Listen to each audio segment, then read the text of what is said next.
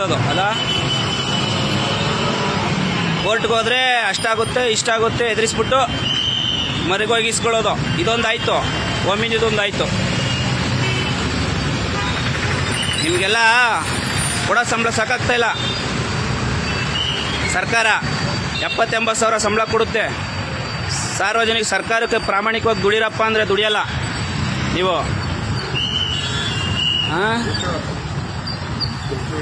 ಸರ್ಕಾರಕ್ಕೆ ದುಡಿಯರಪ್ಪ ಅಂದರೆ ದುಡಿಯಲ್ಲ. ಇಸ್ಕೊಂಡು ಜೋಬಳಕ್ಕೆ ಇಕ್ಕೊಳ್ಳೋದು ಕಲ್ತ್ಬಿಟ್ಟಿದ್ರೆ. ಇಂಥ ಪ್ರಾಮಾಣಿಕರು ನಾವು ನೋಡಿದ್ದೀವಿ.